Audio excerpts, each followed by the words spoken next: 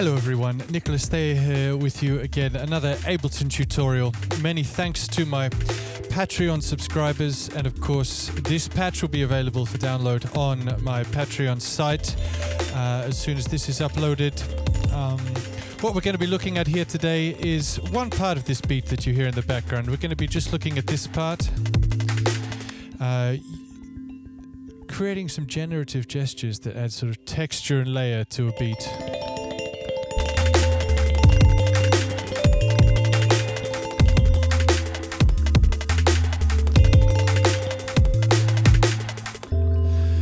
So this is what we're going to look at, and we're going to begin by starting at the beginning, deleting everything.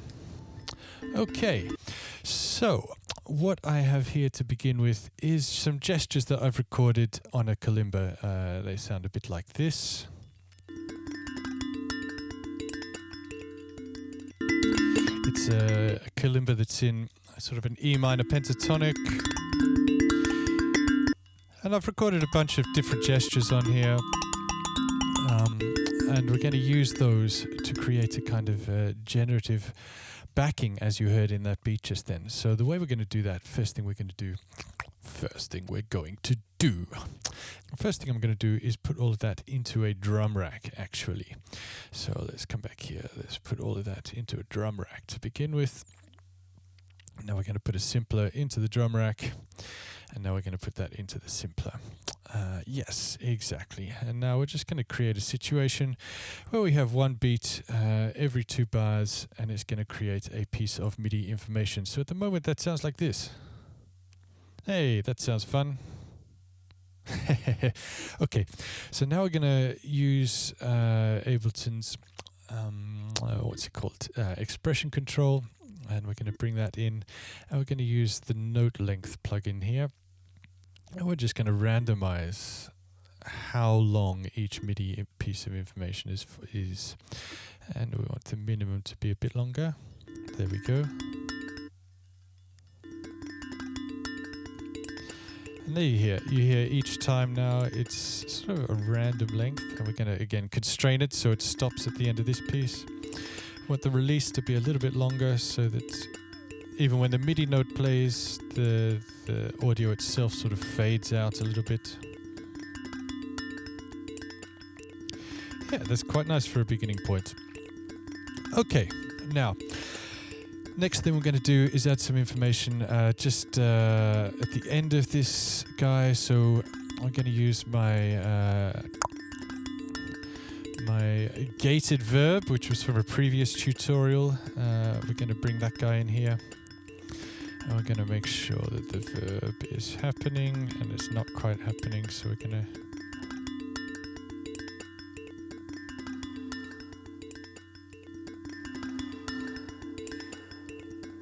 That's quite nice.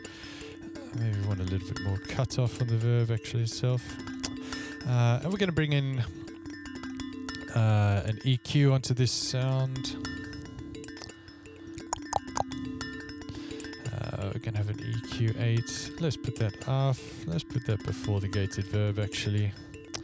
Just take off some of the low end rumble on this sound that we don't need. Lovely.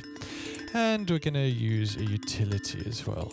And we're going to put that in here. Yep, so that's all connected with this one sample here, this one instance that we have on the drum rack. Now, we're going to randomize some of this stuff as well, because of course, why not? Again, we're going to use the expression control. I'm going to bring that in here. And change these to random, to random, to random. Okay, now the first thing we're going to add is we're going to connect this with the decay time of the verb over here. And again, it's going down too low to begin with, so let's make that. Now what this is doing is, of course, every time it receives a new piece of MIDI information, it's generating a random value, and that random value is being sent to the decay size on the verb over here.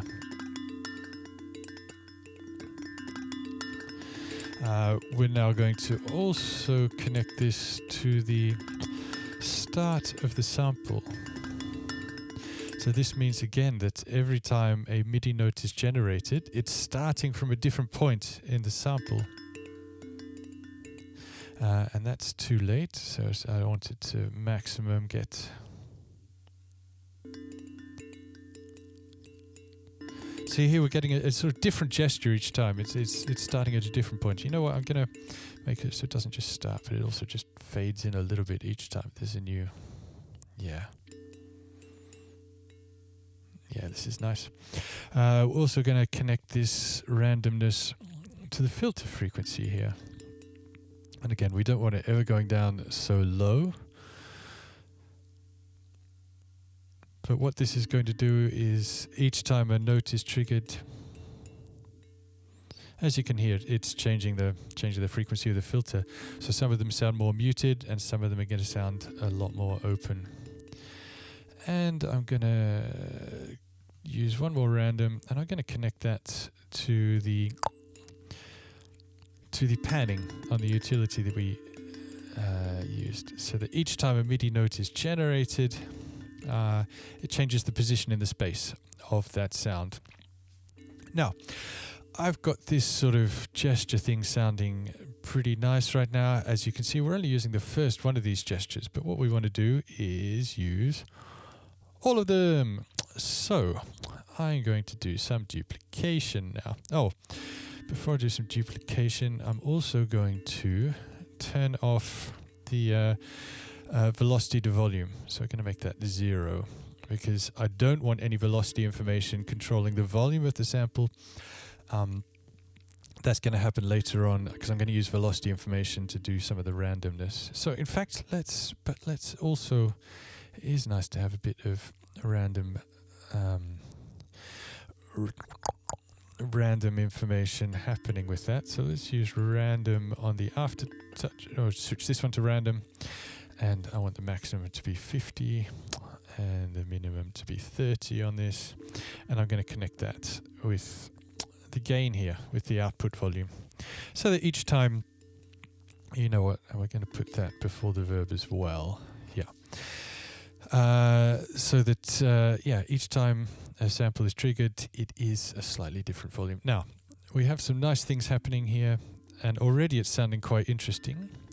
But what I'm going to do is I'm going to group all of those. Yes, and let's call that gesture 1. Let's make that obvious that's not a G. Gesture 1. And I'm just going to duplicate that a bunch of times. Gesture 2. Gesture 3. Gesture 4. Gesture 5. Gesture 6. How many am I going to do? Let's do 10. 10 is nice.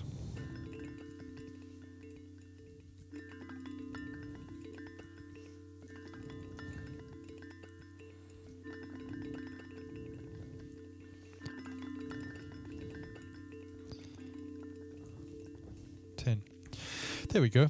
And as you can hear, and as you can see here, they're all being triggered every time there's a new MIDI note coming in. And they're all triggering just that first gesture. So what we're going to do is create a situation where only one of them is triggered every time a MIDI note comes in, and each time it's a different gesture. So if we're going to go to, let's deal with the second of those problems first. So gesture 2, we're going to make it so that it is, the second gesture in here. And gesture 3, let's change you to be the third gesture in here.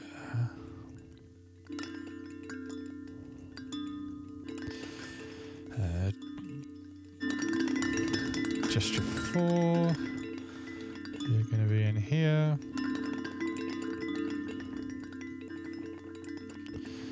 Gesture 5, is that this big one here? Yeah.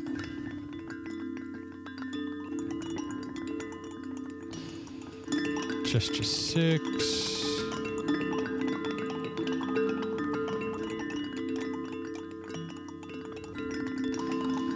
And I'm not being so precise about this because as you remember, I randomized the start point, so starting it exactly on is not so important because it's going to be changing every time anyway.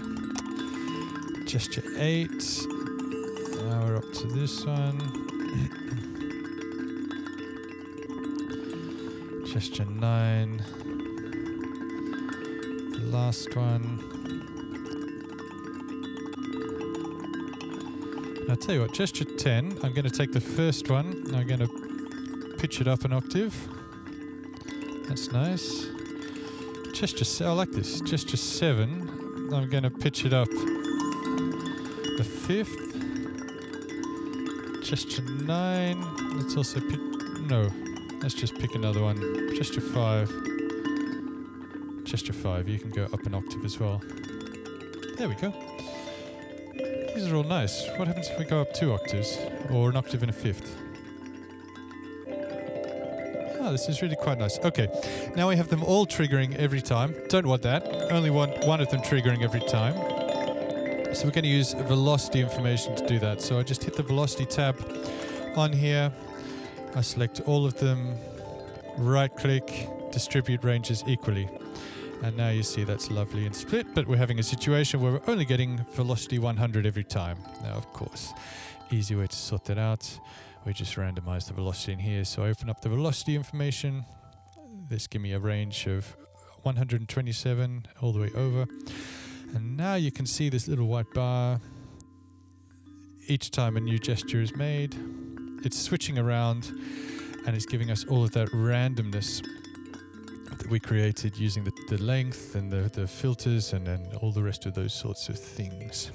So that essentially is how this instrument is made. I'm going to do one more thing, which is I'm going to create a macro so we can change the pitch of it, because we noticed that everything that essentially is how this instrument is made. Of course, I've used kalimba gestures in here to demonstrate it, but you can replace these, of course, with any gestures that you want. You can try some sort of little piano gestures, might be quite nice, or I did it with some cello gestures as well for an installation piece. They don't all have to be in the same key. You can try experimenting with that a little bit, but yeah, that's this instrument. I hope you enjoyed this tutorial. Hope you got something from it. And yeah, send me anything that you make. I'm intrigued to hear. Shout out to all my Patreon subscribers for the continued support.